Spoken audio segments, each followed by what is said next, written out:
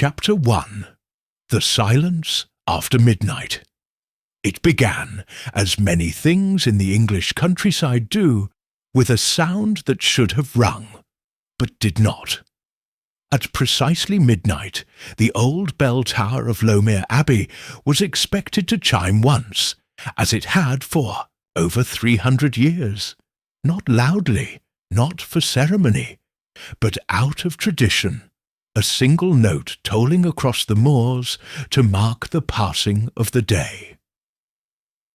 But that night the bell was silent, and when morning came, it was discovered that the bell itself was gone, not broken, not rusted through and collapsed from its rafters.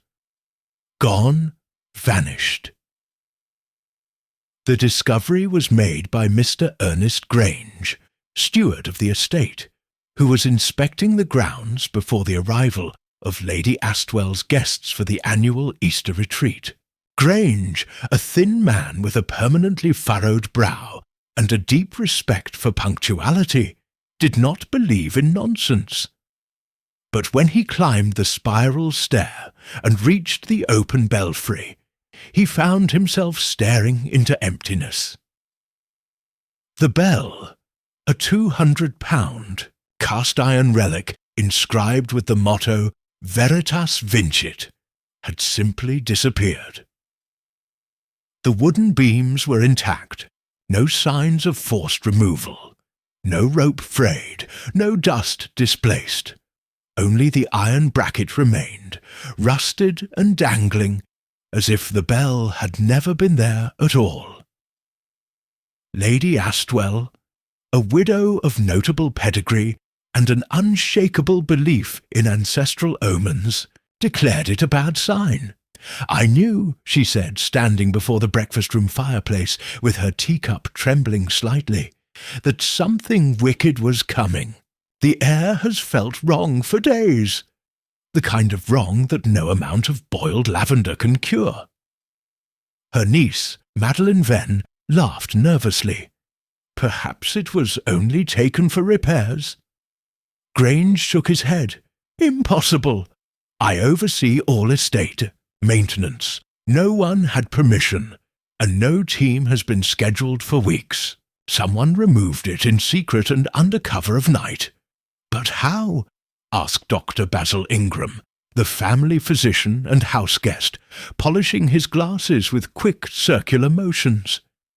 "You say there was no damage, no trail. One doesn't simply unbolt a half-ton bell and walk away with it." "Precisely," Grange said, voice tight. "It makes no sense." Lady Astwell, frowning into her cup, added, "And if the bell is gone, what else might disappear next?" It was that same afternoon that a second and more sinister discovery was made. Inside the North Library, one of the staff, a housemaid named Ellie, found a crumpled piece of sheet music, torn down the centre, tucked beneath the piano bench. It might have been dismissed, had it not been marked with red ink across the top. "Do not toll what cannot be returned." Later, when Lady Astwell retired to her rooms for an afternoon rest, she noticed the portrait of Sir Gavin Astwell, a painting that had hung in the East Corridor for over a century, was missing from its frame. Its gilded border remained.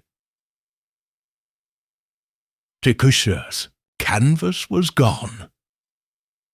By twilight, tension had mounted to a brittle silence. The guests whispered in corners. The staff began locking their doors early, and Lady Astwell, refusing her usual glass of sherry, ordered that Scotland Yard be notified. But before the letter could be posted, a visitor arrived, not by coincidence, not by chance.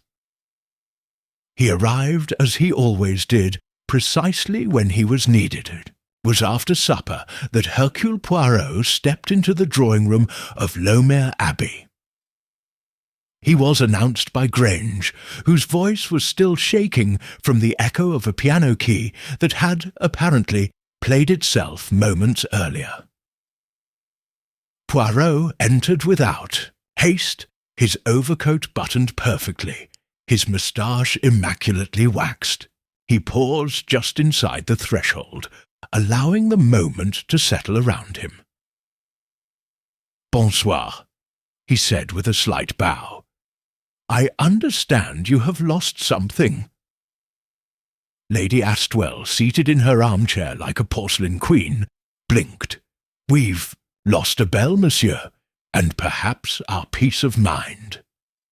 Poirot inclined his head. "Then I shall do what I can to restore both." He was offered tea. He declined, preferring to stand. "I should like," he said, "to see the tower. Then the library. Then, if I may, I should like to speak with each member of your household, separately." Lady Astwell hesitated. "Is it necessary to treat this like a crime?" Poirot's dark eyes gleamed. "Madame, when an object of symbolic power disappears without trace, followed by messages in red ink and missing portraits, I do not call it mischief. I call it a performance. And a performance always has a playwright." Madeleine Venn looked up. "But what could stealing a bell achieve?" Poirot did not answer immediately. Instead, he turned to the fireplace and studied the ash beneath the grate. "There are many kinds of theft," he said softly. "Some steal for gain, others for revenge, and some to draw attention." "To what?" asked Dr. Ingram. Poirot smiled faintly. "To what is missing inside the people, not just the house." That night, as the wind stirred the ivy against the windows and the abbey returned to shadow, Poirot stood alone in the bell tower. He traced the old markings along the stone, following the etched Latin near the bracket. There were scratches, faint, recently made. A tool had been used, but the cut was deliberate, measured. He closed his eyes. A bell does not vanish. A bell is removed for a purpose. But what purpose? Poirot exhaled. He would find out, not by chasing the sound of what was lost, but by listening to the silence it left. Behind? Chapter 2. The Gathering of Suspects. The next morning dawned grey and unspectacular, as if the skies themselves had no desire to stir. A fine mist clung to the edge of the moors, wrapping the old bell tower in a veil of fog that gave it the air of a forgotten sentinel. Inside Lomere Abbey, breakfast was served with little enthusiasm, and conversation fell into hushed fragments. 9:30, all members of the household and guests had been summoned to the east drawing-room. They arrived reluctantly, one by one, and finally as a group, drawn not by curiosity, but by something colder, tension, and perhaps the fear that this was no longer just a matter of a missing bell. Hercule Poirot stood near the hearth, hands folded neatly behind his back, eyes sharp and analytical as he surveyed the room. He bowed slightly as they entered. "Mes amis," he began gently, "I thank you for gathering on such short notice. I do not intend to cause discomfort, but I must ask questions, for I believe firmly that what has happened here is not simply a trick of chance or mischief." The guests looked back at him in silence. Poirot gestured toward the butler, Mr. Grange, who stood nearby with a leather-bound ledger in hand. "I should like to establish a timeline. If each of you would kindly state where you were last night, particularly around midnight when the bell traditionally tolls." Lady Astwell spoke first, regal in her plum-coloured shawl. "I retired early. My tonic was administered at 10:30 as always. I slept through the night and heard nothing at midnight. Poirot nodded. Merci, madame. Your tonic, does it contain any sedative? Yes, a mild valerian root infusion. Poirot made a note. Next was Miss Madeleine Venn, seated by the bay window, her green eyes steady. I returned to my room before 11. I heard the hall clock strike, but not the bell. I assumed it had been delayed or was being repaired. You did not inquire in the morning? Poirot asked. I planned to, she said, but by the time I came downstairs, Mr. Grange had already made the discovery. Poirot turned his attention to Dr. Basil Ingram, who adjusted his spectacles. I had been reading poetry, he said. Coleridge, I believe. I noticed the absence of the bell, but did not leave my room. I thought it might be a maintenance issue.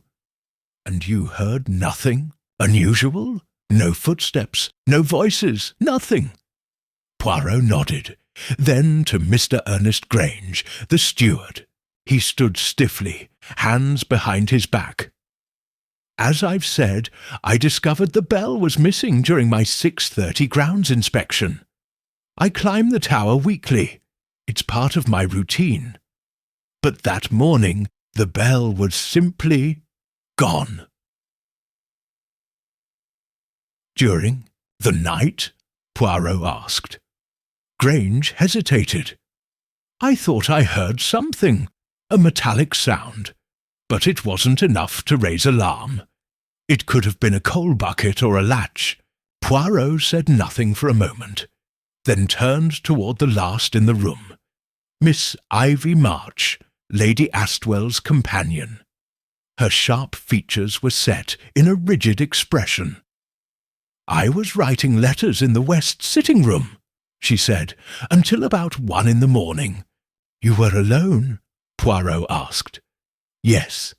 Did you see or hear anything from the direction of the bell tower? No, she replied flatly. Poirot tilted his head. Your room overlooks the south garden, but the west sitting-room window gives a partial view of the tower. It's curious, mademoiselle, that you saw no movement. The fog was not heavy until after 2. Miss March's lip curled slightly. Perhaps I was too absorbed in my writing. Poirot did not press further. When the statements were complete, Poirot moved to the centre of the room. What strikes me as most odd, he said quietly, is not that you did not hear the bell. It is that not one of you questioned its absence, a tradition of centuries broken, and yet no one voiced concern until Mr. Grange made his discovery. The room shifted uncomfortably. Forgive me, said Madeleine, but surely it's not so unusual to assume it was a malfunction, or some staff oversight. Ah, Poirot replied softly, but assumption, madame, is the most dangerous companion of deduction. He turned, slowly, surveying each face again. You see, this case is not about a bell, he said. Not truly. It is about the reason someone would wish to remove it, to silence it, to draw attention, or perhaps to divert it. He paused. Someone here removed the bell, he said, and they did so not out of mischief, but out of meaning. The guests exchanged glances. Poirot continued. I shall speak with each of you individually, not merely about the bell, but about yourselves. Because somewhere in this house is a motive, not for theft, but for a message. He walked to the door, then turned. And messages, mes amis, often arrive not by what is said, but by what is taken. Without another word, he departed, leaving the room in uneasy silence. Outside the fog had begun to thin, but the mystery, Poirot knew, had only just begun to settle. Chapter 3. Whispers Behind the Curtains. The study at Lomer Abbey had been set aside for Poirot's interviews. It was a quiet room, lined with dark books and thick velvet drapes, its only window overlooking the north lawn. Here, Poirot sat in a high-backed chair, a small notebook open on the desk beside him. A silver pen rested precisely parallel to the edge of the blotter.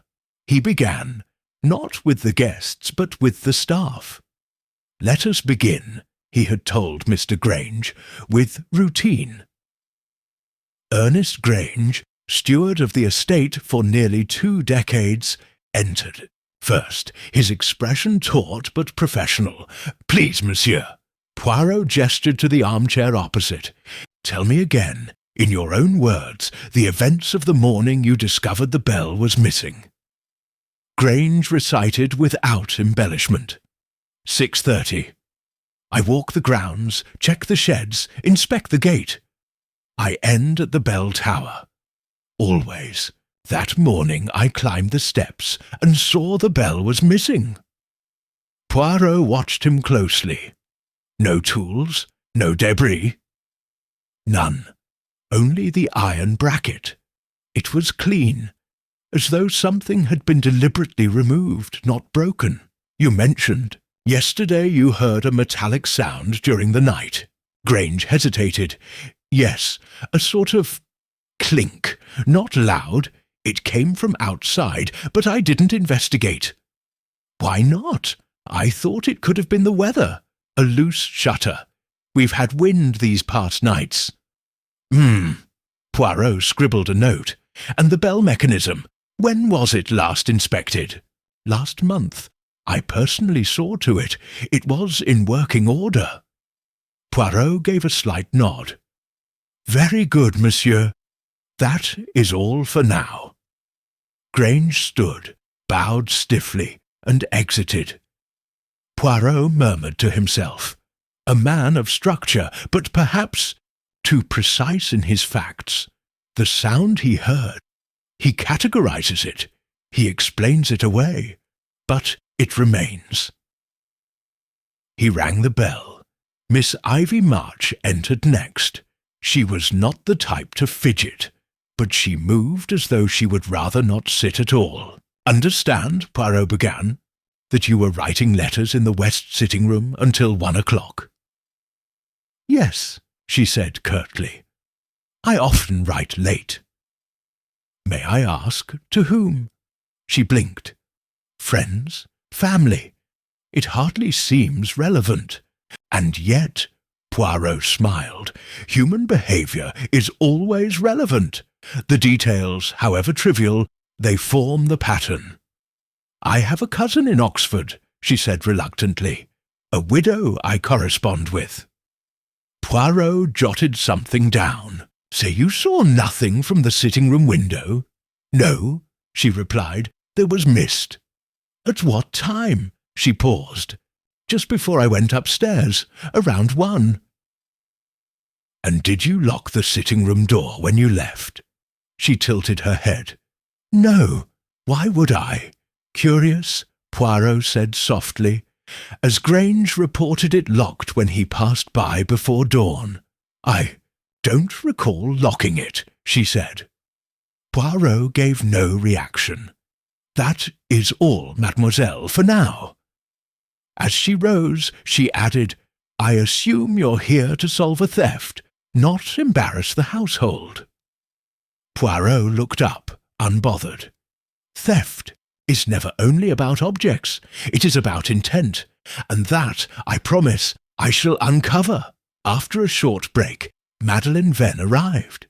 She sat more comfortably than the others, though her arms remained crossed in what seemed like self-protection. "Mademoiselle," Poirot began warmly, "you returned to your room around 11, yes?" She nodded. I said good night to my aunt and went upstairs. Did you pass anyone in the halls? No, but I heard someone walking above, likely Mr. Grange or the maid. Poirot noted that. And you heard the hall clock at midnight? Yes, but not the bell. Was that unusual to you? She hesitated. I suppose, a little, but I didn't dwell on it. You are close to Lady Astwell. She's my aunt. She raised me. We're not affectionate, but close enough. And what of Miss March? Her brow furrowed. Ivy? She's sharp, observant, quiet, I think. She resents me. Why? She used to have more influence over my aunt. Now she doesn't. Poirot smiled faintly. Jealousy. It is a motive older than crime itself. Madeleine gave a short laugh, unsure if she'd been accused. One last thing, mademoiselle. The portrait of Sir Gavin, was it important to you? She blinked. Of course, it was family, but it was hideous, dark. My aunt always said it watched her sleep. Thank you, Poirot said. You may go. Poirot took a walk before the next interview. The fog had lifted fully now, revealing the stone paths of the garden and the ivy-covered tower. He paused beneath it and looked upward. Bell removed without tools. Impossible, unless it had been lowered slowly, carefully, by someone who knew the architecture. He looked at the base of the tower, where the grass had been faintly disturbed. A trail, subtle. Someone had rolled something heavy here, and cleaned up, but not well enough for Poirot. Dr. Basil Ingram was last. He entered with his usual calm demeanour and took the chair with casual ease. Doctor, Poirot said, you were reading poetry? Yes, until just after midnight. I read by candlelight. Why not electric? The switch in my room has flickered lately. I prefer control. Did you see anything from your window? No. I did hear the wind. Did it not strike you as strange the bell failed to chime? Ingram considered. I did note it. I thought to ask Grange the next day, but events overtook us. Poirot leaned in slightly. And what do you make of this missing portrait, cryptic note in the library, vanished bell? Ingram's gaze was direct. Someone wants attention. From whom? That, he said, is your puzzle. Poirot nodded slowly. Indeed. As the doctor left, Poirot tapped his pen to his chin. So many had noticed nothing, and yet the bell was large, heavy, symbolic. It had not merely vanished, it had been erased, which, Poirot thought, meant only one thing. Someone in the house wanted to rewrite something. And soon he would discover what. Chapter 4. The First False Lead. The discovery came not from Hercule Poirot himself, but from the housemaid Ellie, who burst into the morning room in a flurry of breathless excitement, crumpled apron in hand. Sir, Monsieur Poirot, I found something. Behind the dresser in the west corridor. Well, I thought you'd best see it. Poirot followed her without question. The west corridor was long, lined with family portraits and lit by leaded windows that gave the walls a grey cast. Ellie led him to a narrow oak dresser, placed awkwardly beside a disused alcove. She pointed to the floor behind it, where something poked from beneath a heavy rug. Poirot knelt carefully, drew back the rug, and found a wooden toolbox. Dust-covered, but with finger marks along the sides. Inside were ropes, a pulley wheel, a small chisel, and, most telling of all, a broken iron hook with threads of aged wood still embedded at its tip. Poirot narrowed his eyes, a set-up for controlled lowering. The bell had not been stolen in haste, had been lowered precisely with the intent of leaving no damage. The box was professional, neat, organized. It was not the work of a bumbling amateur. Poirot turned to Ellie. "Who frequents this corridor?" "Mostly Miss March," she said. "Her quarters are nearby, but anyone could come through during the day. It's a quiet hall." Poirot asked no further questions. Instead, he had the box brought to the study, where he spent the next hour examining each item in the sunlight, turning each bolt, tracing each scuff. By midday, he had summoned Mr. Grange and Inspector Dalton, a gruff local officer brought in at Lady Astwell's request, to ensure this wasn't all just theatre. Dalton examined the toolbox and gave a satisfied grunt. "Well, that's that, isn't it? That box was hidden, and it's been used. See the wear on the pulleys? Someone knew what they were doing." Poirot nodded. "Quite." Grange folded his arms. "It's estate property, but no one's used it in years. Not officially." Dalton looked up. "So who had access?"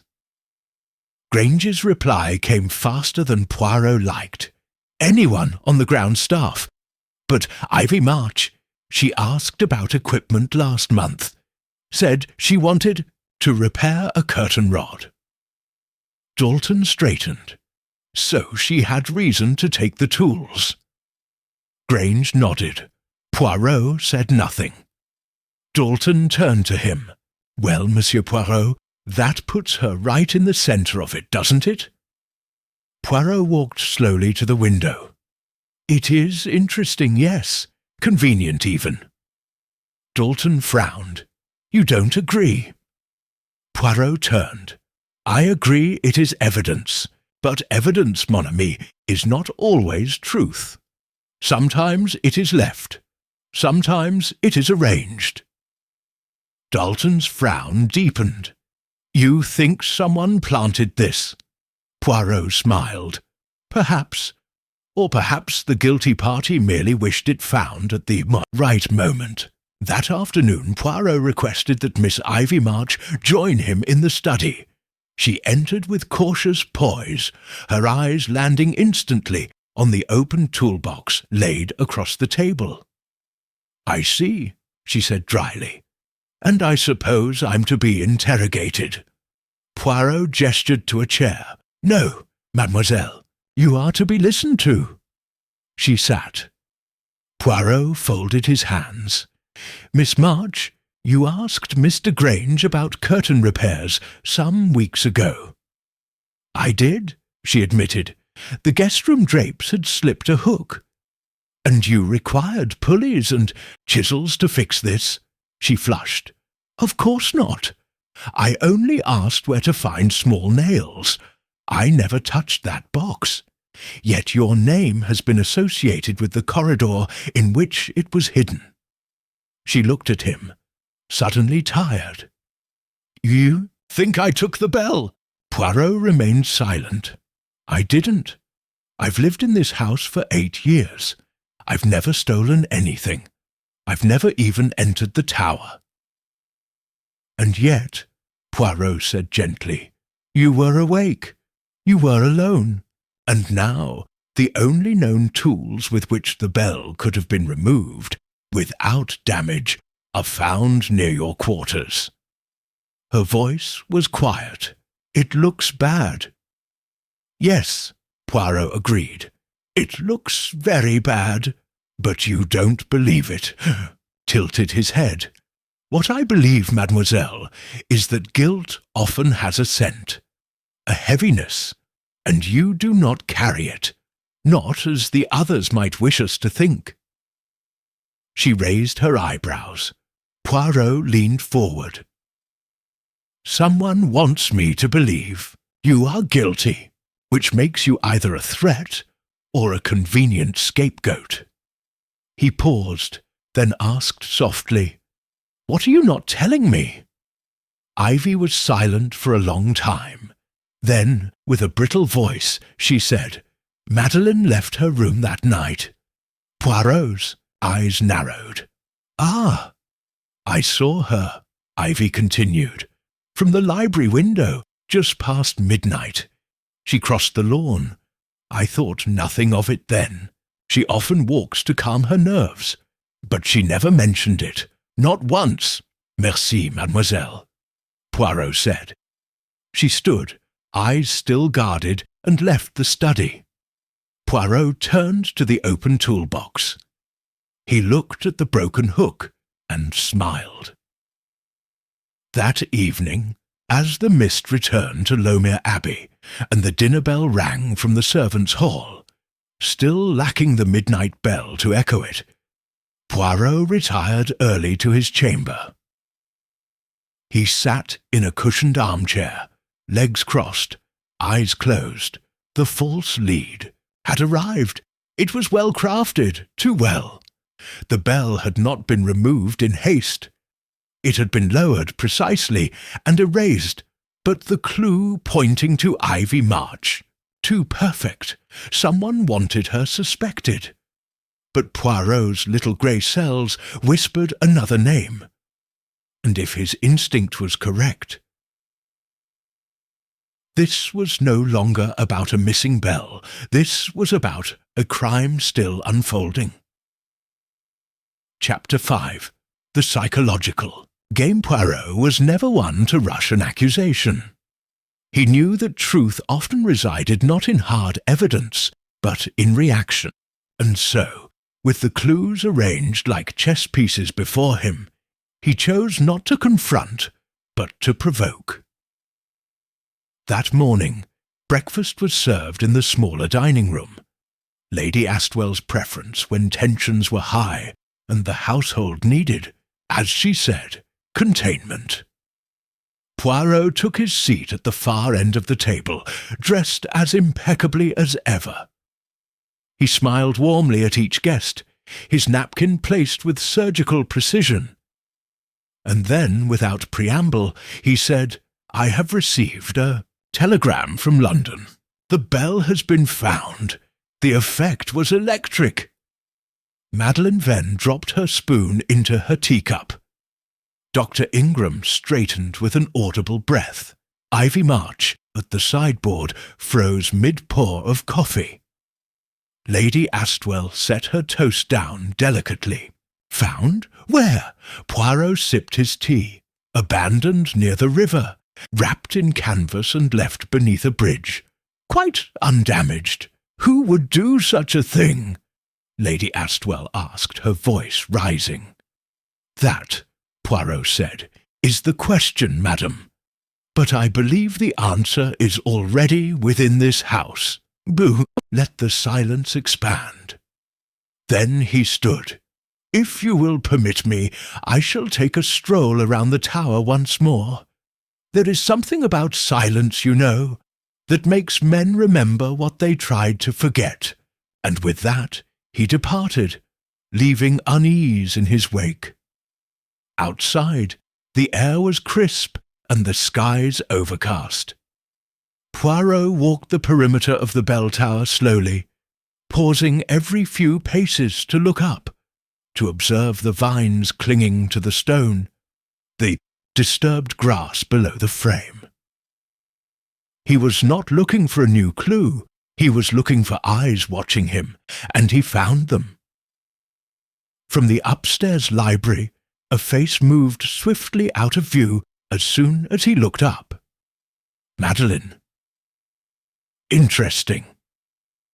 Later that day, Poirot requested that the group reconvene in the conservatory for what he called a few reflective thoughts on symbolism. The guests arrived with mixed expressions. Lady Astwell with tight composure, Madeline with barely veiled irritation, Dr. Ingram with a veneer of clinical calm, and Ivy March more watchful than before. "I have been thinking," Poirot began, "about bells." Madeleine sighed audibly. "Monsieur Poirot, surely there is more to investigate than this endless focus on the bell." "Mais oui," Poirot said smoothly. "But the bell, mademoiselle, is not the object. It is the message." Looked around the room. Consider, a bell tolls to mark time, to summon, to signal endings and beginnings. It is not just iron, it is announcement. Whoever took the bell, removed it, hid it, did so not merely to disrupt, but to declare something. "A protest?" suggested Dr. Ingram. Poirot tilted his head. "Perhaps, or perhaps a confession, or even a challenge." He walked to the piano, tapped a single key. A bell that does not ring draws attention, just as a guest who disappears at midnight would cause alarm. But no one disappeared. He paused. Or did they? All eyes shifted. Poirot smiled faintly. "It is odd, is it not, that one of you was seen walking across the lawn after midnight?" Madeleine's head snapped toward Ivy. "You said nothing." "I didn't think it mattered," Ivy said coldly, "until now." Dr. Ingram interjected. "What were you doing, Madeleine?" She flushed. "I was restless. I went to the garden to get some air. That's not a crime, is it?" "No," Poirot said gently, "but omission is not innocence." Lady Astwell raised a trembling hand. "Are you suggesting my niece is involved?" "I am suggesting," Poirot said, "that the theft of the bell was staged, a distraction, and the real purpose, what I have yet to uncover, is what else happened during that hour, something that demanded cover." He turned again to Madeleine. "Why did you lie, mademoiselle?" "I didn't lie," she said. "I just didn't mention it." "And that," Poirot said, "is precisely how the mind of guilt begins. Not with deception, but with selection." That night, Poirot remained in the library after supper. He asked for the house to remain quiet. No music, no footmen. He sat in the shadows in silence.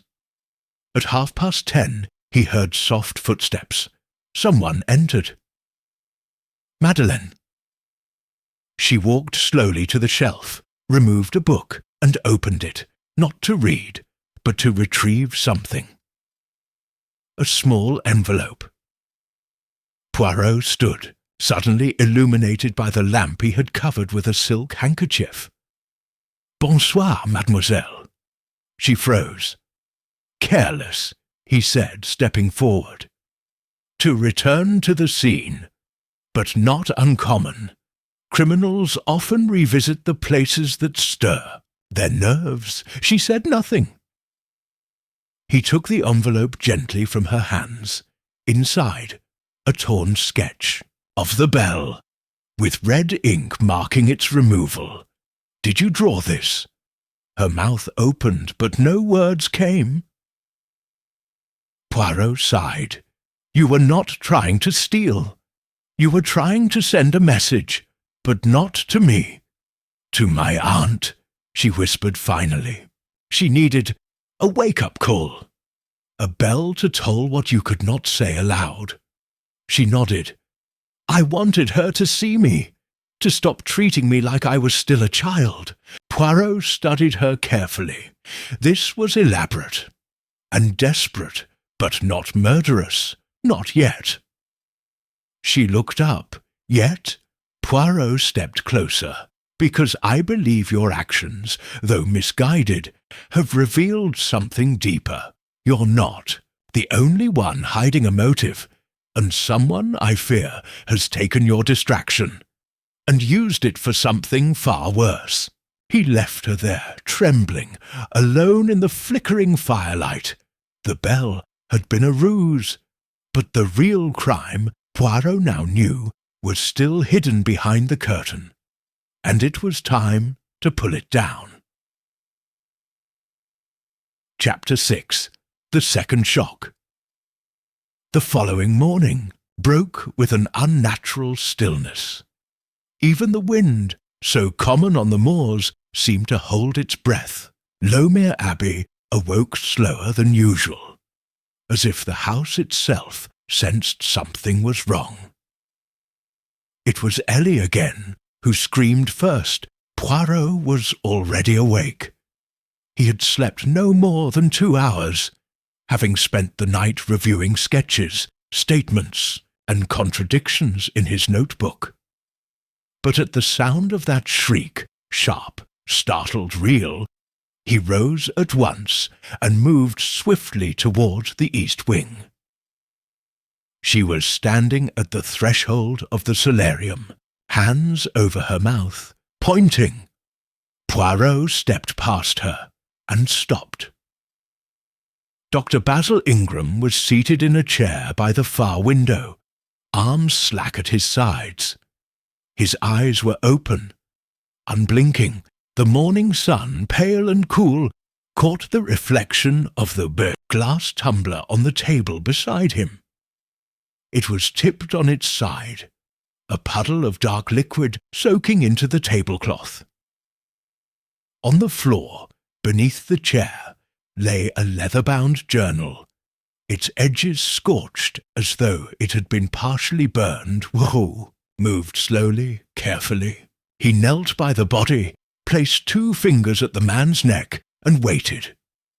Nothing. Dr. Ingram was dead.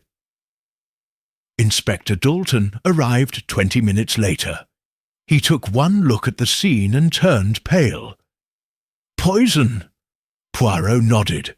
Almost certainly. We will await confirmation from the local coroner, but the signs suggest a fast-acting agent, perhaps digitalis or cyanide. Lady Astwell, summoned from her rooms, arrived in a state of half-dressed hysteria. But why? Why Basil? He was harmless. Poirot said nothing. Dalton pointed to the glass. Suicide? Poirot's eyes narrowed. Or a performance? He rose and turned to Ellie. Who found him?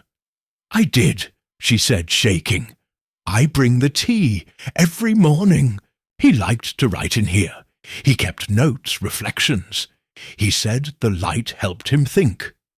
Poirot pointed to the journal. Did he ever burn pages? She blinked. No, never. He kept them, all of them. Poirot picked up the book with his handkerchief. The edges were indeed singed. Some of the ink had bled through where the heat had curled the parchment. It hadn't been burned by accident. It had been destroyed deliberately. Later, after the body had been taken away, and the house subdued to whispers and weeping, Poirot gathered the household once more in the drawing-room. This, he said gravely, was not suicide. No one argued. Lady Astwell sat in stunned silence. Madeline clutched a shawl tight around her. Ivy March stared fixedly at the fire, her face pale but unreadable. Someone, Poirot continued, used the bell as a distraction, and now they have taken a second opportunity to strike. Dr. Ingram's death was not a message. It was elimination. Dalton scowled. You're saying the killer's still in this house? I am saying, Poirot replied, they never left it. He walked to the centre of the room, clasped his hands behind his back. The journal, you see, was key. Dr. Ingram kept records, reflections, notes, perhaps even confessions. Something in those pages threatened someone here. He turned to the guests. I ask each of you, did any of you know what was in Dr. Ingram's book? They shook their heads. Poirot studied them. Let me rephrase. Did anyone here have reason to fear what Ingram had written? Ivy spoke first. He made observations, quiet ones. He believed emotions, stress, even ambition. These were the real illnesses of the upper class. He called them polite malfunctions. But I didn't think he meant any of us. Polite malfunctions, Poirot repeated thoughtfully. Curious. Astwell spoke at last, voice brittle. I trusted him. He treated my husband's nerves in his final years. He saw our family at its worst and never judged. He kept things to himself. Poirot raised a brow. And yet someone believed he would not. Silence fell. Poirot continued. I suspect Dr. Ingram had begun to connect threads that others missed. He may not have known the full picture, but he had a piece, and someone, mes amis, feared that piece enough to kill him. That evening, Poirot requested solitude. He walked the grounds, this time with his coat buttoned tight, hat low over his brow. The moor wind had returned. The bell tower loomed against a darkening sky, still empty, its silence now heavy with loss, not mystery. In the west garden, Poirot paused before a statue of Diana, the Roman goddess with her bow, drawn mid-hunt. He stared at the eyes of the sculpture, always watching, never blinking, just like the killer, he thought. This wasn't about money, nor romance, nor revenge in its purest form. This was about control. Each move, the bell, the portrait, now Ingram, was part of a performance. Someone was orchestrating, not just a crime, but a narrative. Poirot's mind began to spin faster now. The toolbox, the planted evidence, the restless walk Madeline hadn't confessed to until cornered. The portrait stolen, not destroyed. And now a man silenced just as he may have been ready to speak. The real question was no longer who had committed the murder. It was, what had they been trying to stop from being revealed? And what had the bell, symbol of truth, of time, of legacy, been distracting them from all along? Poirot returned to the house. Tomorrow, he thought, would be the final act, and he would be ready for the curtain to rise. Chapter 7. Poirot's Hidden Clue. The morning after Dr. Ingram's death, Lomere Abbey remained cloaked in a hush that felt deeper than grief. The silence was no longer atmospheric, it was strategic. Poirot could feel it in the way conversations halted when he entered a room, in the furtive glances exchanged in corridors, in the way even the clink of teacups was muffled, as though guilt itself feared being overheard. He declined breakfast. Instead, he returned to the solarium where Dr. Ingram had been found. Though the room had been cleaned, Poirot had asked that nothing be touched beyond the body and the glass. He now stood in the same place where Ingram had spent his final moments, seated, perhaps writing, perhaps waiting. On the table, the scorched journal had been left in a sealed evidence pouch. Dalton had permitted Poirot access under the condition that he not disturb the chain of custody. Poirot had no need to disturb anything. He had already seen what he needed. He opened his own notebook and removed a tiny slip of paper he had found the night before, tucked beneath the edge of the desk in Ingram's study. It was torn from the journal, clearly, the same crisp parchment, but it had escaped the fire, fluttered to the ground unnoticed. On it, scrawled in Ingram's distinct angular hand, was a single line. She watches from behind the bell. Poirot read it 3 times, then folded it carefully and tucked it into his waistcoat. He requested to see Ivy March first. She entered the study warily, lips tight, arms folded across her chest. "You suspect me again," she said without preamble. "On the contrary," Poirot said, "I suspect you less than ever." She blinked. He gestured for her to sit. "Miss March, you told me once that Dr. Ingram used to say emotions were illnesses, polite malfunctions. I believe you quoted." She nodded. "And what did he mean by that?" She considered. "He meant that our secrets fester, that we, particularly in houses like this, trade truth for appearances until we forget how to speak plainly." Poirot smiled faintly. "A man of great insight." He paused. "I found a note, a line, presumably written shortly before he died. It read, 'She watches from behind the bell.'" He watched her face closely. She frowned. "That sounds like poetry." "Or a warning." She hesitated. "Madeline, that sounds like something she'd say, or write. She was always performing." "He and Miss Venn argue recently?" "Not loudly, but I think he threatened her. Not directly. He was subtle. He'd say things like, 'You're very composed for someone so rattled.'" She hated that. Poirot nodded. "Merci, mademoiselle." She stood to leave. She turned. "You believe she's behind this?" Poirot only smiled. "I believe someone is." His next visit was to the attic. Grange had given him the key, reluctantly. "It's all unused storage," the steward had said. "Nothing up there but dust and drapes." Poirot climbed the narrow stairs slowly. The door groaned on its hinges. Inside, sunlight filtered weakly through a single round window. The air was thick with age, books, trunks, empty portrait frames. And there, near the back wall, was the thing he had come to find.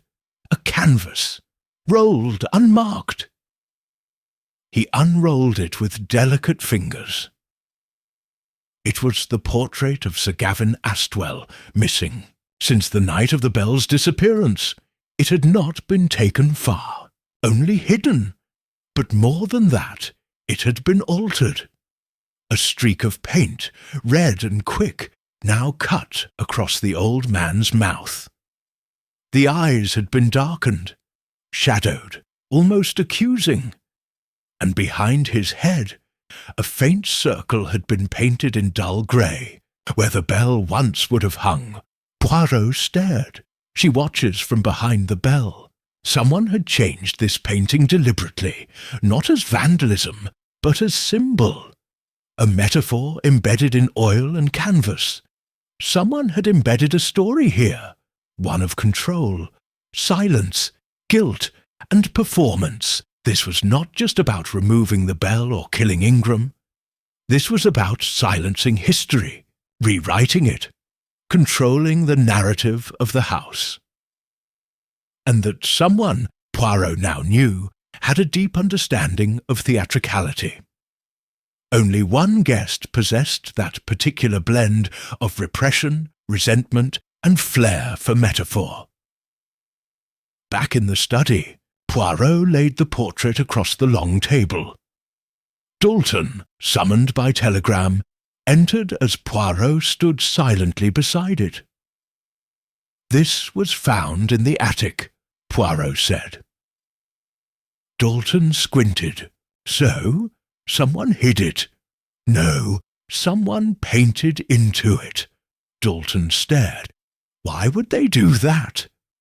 Poirot picked up the painting, turned it toward the light. Because the killer was not merely hiding an object. They were reconstructing a story. A false one. A stage, if you will. Dalton grunted. So now we're back to theatre metaphors? Poirot smiled faintly. Indeed, my friend, but theatre, when done well, is the best mirror of truth. He turned, placing a hand lightly on the window-sill. I do not yet know every motive, but I know the psychology. Whoever removed the bell wanted us to look upward, to the tower, to the symbol. He tapped the painting. But the real crime lies behind it, beneath it, in the silences that went unexplained. Dalton's voice was low. And Ingram. Ingram saw too much, or worse, understood too much. He was killed because he could name the illness festering here. And someone needed the diagnosis to die with him. Dalton exhaled. So what's next? Poirot smiled. We gather them. He turned toward the door. And this time, mon ami, I shall ring the bell myself. Chapter 8. The Final Gathering. By 7:30 that evening, the drawing-room of Lomer Abbey had been arranged precisely to Poirot's standards. Chairs were placed in a semicircle facing the hearth, not one out of alignment. The windows were shuttered, the curtains drawn. A decanter of port stood untouched on the mantel, beside a small black bell, borrowed from the servants' quarters, gleaming in the firelight like a punctuation mark yet to be written. Poirot stood by the fire, immaculate as ever, his hands resting lightly on the back of a velvet chair. One by one, the suspects filed in. Lady Sybil Astwell entered first, shoulders squared, mouth drawn tight with aristocratic disapproval. Madeleine Venn came next, lips painted but pale, her eyes flicking anxiously from Poirot to the bell. Ivy March entered with deliberate calm, but Poirot noticed how tightly her fingers gripped her gloves. Mr. Grange, ever the steward, stood near the doorway, arms behind his back, watching.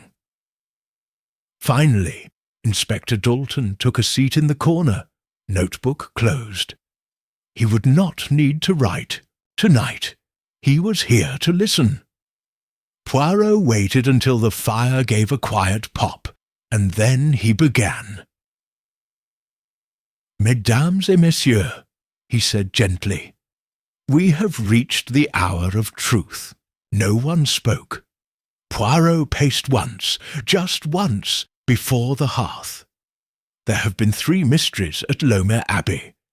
The first, the vanishing of the bell. The second, the disappearance and defacing of the portrait of Sir Gavin. The third, and most grave, the death of Dr. Basil Ingram. He paused, allowing the silence to deepen. At first glance, these events appear unconnected. But as I have always said, no crime exists in isolation. A crime is like a painting. It requires context to be understood. One must study not only the brushstrokes, but the intent. He turned toward Madeleine. Mademoiselle Venn, you staged the removal of the bell, did you not? She froze. Lady Sybil gasped. I... Poirot raised a hand. You need not lie. I know. You confessed in part with your behaviour. You wanted attention, wanted your aunt to see you. You orchestrated a silent alarm. Madeleine swallowed. I only meant to unsettle. That's all. Poirot nodded. Indeed, you staged a drama. But you did not kill. He turned towards the group again. No, the killer took advantage of your theatre to commit an act of permanence. A final rewrite. Poirot lifted the slip of paper from his breast pocket. This line, he said, was found in Dr. Ingram's study, torn from his journal just before it was burned. She watches from behind the bell. He let the words hang. Dr. Ingram saw the same pattern. I did. A woman who was not merely present, but orchestrating, watching, waiting, rewriting history. He turned to Lady Astwell. Madame, you pride yourself on control, on legacy. But control has a cost. You silenced the truth for years. Lady. Astwell stared at him, her face unreadable. What do you mean? Poirot gestured toward the painting, now propped behind him. You hid the truth about your late husband. Sir Gavin was no hero. Dr. Ingram knew it. Others suspected it, but the bell, the portrait, these were symbols you used to protect the illusion of dignity. Enough, she started, but Poirot's voice cut in, soft but final. No, madam, you did not kill, but your silence enabled what followed. He turned toward Ivy March. Poirot's tone changed, no longer gentle, but incisive. Mademoiselle March, you killed Dr. Ingram. The room fell into absolute stillness. Even the fire seemed to stop crackling. Ivy did not move. Poirot continued. You were clever. You let Madeline distract us. You used the bell as a red herring, and you eliminated the one man who had begun to understand your true role. He walked slowly toward her. You have been more than a companion here. You have been the quiet architect. It was you who altered the painting. After all, who else would know that Lady Astwell could not bear to look at it, and that no one would check the attic? He produced the small flask from his coat pocket. And this was found beneath your writing desk, the same scent found in Dr. Ingram's tea. Dalton stood suddenly. We'll need to test that. Poirot raised a hand. You will find traces of aconite, a rare and swift poison. But more importantly, you will find no prints. She used gloves. Ivy finally spoke. You can't prove... No. Poirot's eyes flashed. But I can demonstrate. You had motive. You feared Ingram would expose you, not for a crime, but for your manipulation. You had ruled this house in silence for years. Ingram saw you. He saw your anger, your ambition, your jealousy of Madeline. He was going to write it down, and you could not allow that. Ivy stood. You're making wild accusations. Poirot stepped forward, calm and relentless. You saw Madeline's bell ruse as an opportunity. You killed Ingram, planted the feu, poisoned tea and burned his journal. But not all of it. One slip betrayed you. He pointed to the fire. Because you see, mademoiselle, it is you who has always watched from behind the bell. Ivy's face crumpled. Whether with fury or fear, no one could tell. Dalton stepped forward. Miss March, I'm afraid I'll have to ask you. But she turned on her heel and ran. Only a few steps toward the hallway, where Grange blocked her path. She slumped to the floor. Poirot let out a long breath. Later that evening, as the house calmed and Ivy March was taken away under Dalton's escort, Poirot stood alone in the drawing-room once more. He rang the small black bell gently 1-1. Chime, just one. It echoed softly, clean and whole. Ah, Poirot whispered, and so we restore the truth. Behind him, the shadows of Lomere Abbey grew long and still. Chapter 9. The Full Unmasking. The storm that had been threatening the moors all day finally broke at midnight. Thunder rolled distantly, a sombre timpani echoing across the hills, and Lomere Abbey, now rid of its long-time companion Ivy March, felt emptier. but not lighter. Poirot sat in the library, the fire burning low, his reflection shimmering faintly in the glass of a nearby cabinet, a storm outside, a calm within. It was time to complete the picture. He had requested one final gathering the next morning, not in the grand drawing-room this time, but in the library, where the crime had gestated silently under years of secrets. Lady Astwell, Madeline and Grange arrived just after 10. Inspector Dalton followed, freshly returned from escorting Ivy March into official custody. His coat was damp, his face unreadable. Poirot stood when they entered, bowing slightly. "Mes amis," he began, "thank you once more. I will not keep you long, but I must do justice to the facts. You deserve to hear the story complete, from beginning to end." He took his place beside the hearth, where a few embers still glowed. This mystery began not with murder, but with silence. The silence of the bell that did not toll. That silence was not random. It was orchestrated by Mademoiselle Venn. Madeline tensed but said nothing. Poirot nodded. She confessed to me that she planned the event as a symbolic gesture, a message to her aunt, a protest against invisibility. She intended no harm. She removed the bell with the help of tools she'd hidden weeks earlier, staged the scene, and left it at the river, wrapped in cloth so it would not ring even once. Lady Astwell looked away, her face blank. Poirot continued.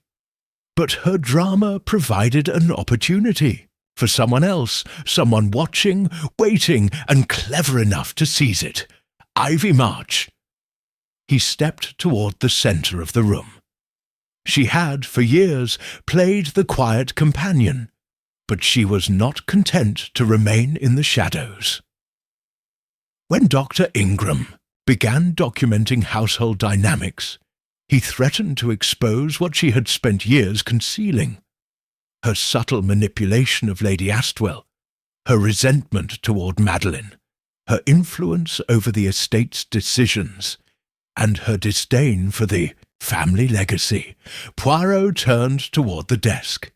She learned of his notes, perhaps even read them, and when she heard Madeline had removed the bell, when she saw the household confused, distracted, she decided to act.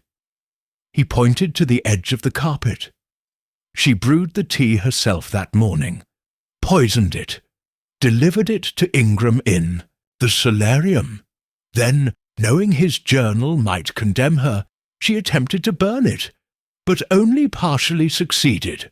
One page remained. He lifted the note again. She watches from behind the bell. A poetic line, but a precise one. Poirot walked toward the window. She also altered the portrait of Sir Gavin, painted in shadows and symbols. She knew no one would dare touch the attic unless prompted. She buried the clues in metaphor. Dalton spoke at last. And the tool box? She planted it near her quarters, but only after the bell had been removed. She intended to cast suspicion, hoping Poirot would follow the trail. And I did. But I did not stop at the trail. He faced the group. Ivy March played the long game. A murder disguised within a drama. A red herring wrapped in another woman's desperation. Madeline exhaled shakily. And I helped her without knowing. Poirot gave a small bow. Yes, mademoiselle, but you are not guilty, only reckless, as we all are when emotion clouds judgment. He turned last to Lady Astwell. And you, madam, have long protected the illusion of legacy, of control. But Ivy was not loyal. She merely knew how to reflect the image you wanted to see. Lady Astwell's voice came slowly. I trusted her with everything. And she used that trust to shield herself, to hide behind the bell, as it were. But in truth, she was the one who never stopped listening. Poirot stepped back. The case is closed. The mystery resolved. But the lesson, perhaps, remains. Gave a final bow. After the guests had gone, Poirot remained seated in the library as rain tapped the windows in gentle persistence.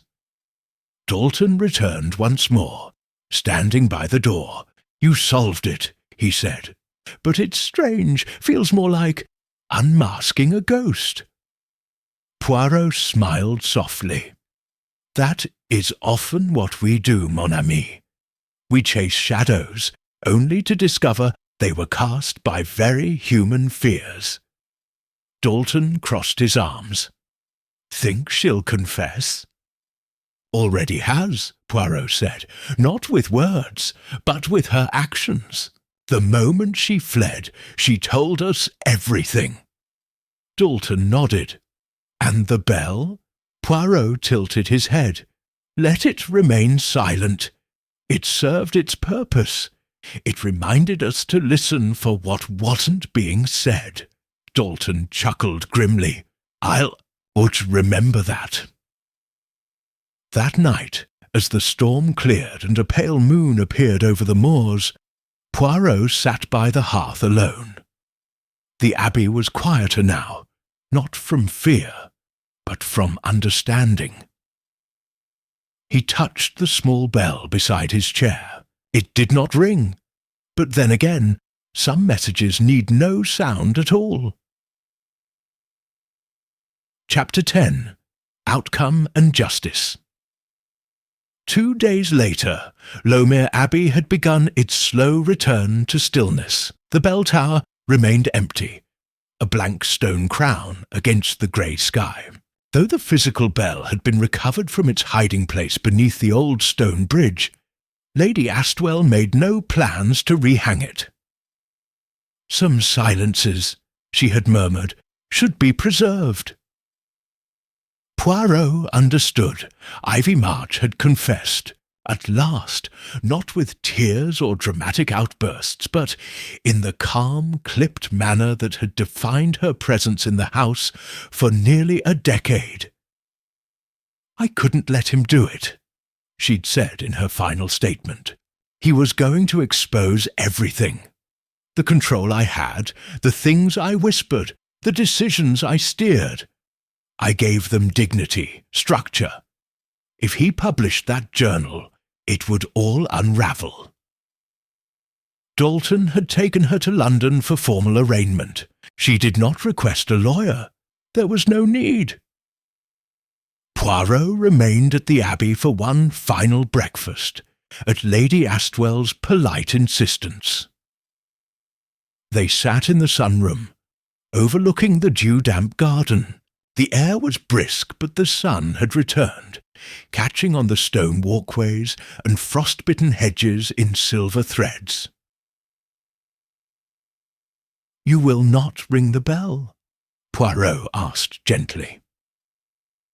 Lady Astwell stirred her tea. "No, we've lived under the sound of it for too long. It rang for births, deaths, departures, but never truth. Perhaps it's better that way." "Perhaps," Poirot said, "or perhaps the bell always told the truth. We simply chose not to hear it." She smiled faintly. "You sound like Basil." "Dr. Ingram was wise," Poirot replied. "Too wise, perhaps." A pause. "Do you regret it?" he asked. "Regret?" she repeated. "Regret that I gave power to someone who used it against me, or regret that I didn't see her for what she was?" Poirot said nothing. She looked out the window. Ivy never lied, not once. She simply spoke in suggestions. She let me finish her thoughts for her. I thought that made her clever. It made her dangerous. Poirot nodded. Control is a comforting illusion, madam. But sometimes it's also a trap. Later, as he packed his bags in the guest room, Poirot was visited by Madeleine. She stood awkwardly in the doorway, holding a small box wrapped in plain brown paper. "I found this," she said. "It was meant for you. Basil had left it in the writing desk in case. Well, I suppose in case he didn't get to speak with you." Poirot took the package and carefully opened it. Inside, a set of notes handwritten by Dr. Ingram. Not the journal, but a personal letter, reflections on each member of the household. A study, concise and surgical. On Madeleine it read, "Emotional, dramatic, but sincere. Uses performance as shield, not weapon." On Ivy March, "A quiet tyrant. Manages with gestures, not orders. If cornered, she will not flee. She will strike." Poirot folded the note and placed it back in the box. "Merci, mademoiselle," he said softly. She lingered. "You never told me.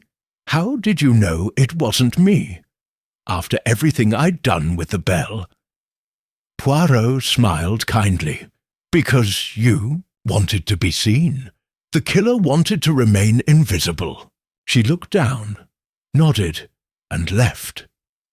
Poirot departed by the afternoon train. From the window of his compartment, he watched the silhouette of Lomere Abbey shrink into the moor. Its stone edges blurred by fog, its windows blank and golden in the distance. He did not look away until it vanished entirely from view. As the countryside rolled by, he reflected, as he often did, on the deeper puzzle beneath every case. This one had begun with a bell that didn't ring, and in that silence an entire house had revealed itself, its tensions, its hierarchy, its ghosts. Not all crimes, he thought, are acts of rage or greed. Some are born from long submission, from the slow accumulation of power in the hands of someone who pretends not to want it. Ivy March had never raised her voice. She had never demanded or deceived in the usual ways. She had simply learned to be necessary, and when her usefulness was threatened, she had done what all rulers in disguise do. She struck. That evening in London, Poirot returned to his flat at Whitehaven Mansions. He placed the small bell, now polished and whole, on his mantel, not as a trophy, but as a reminder of how easily sound becomes silence, and how silence, when ignored, can become the loudest truth of all.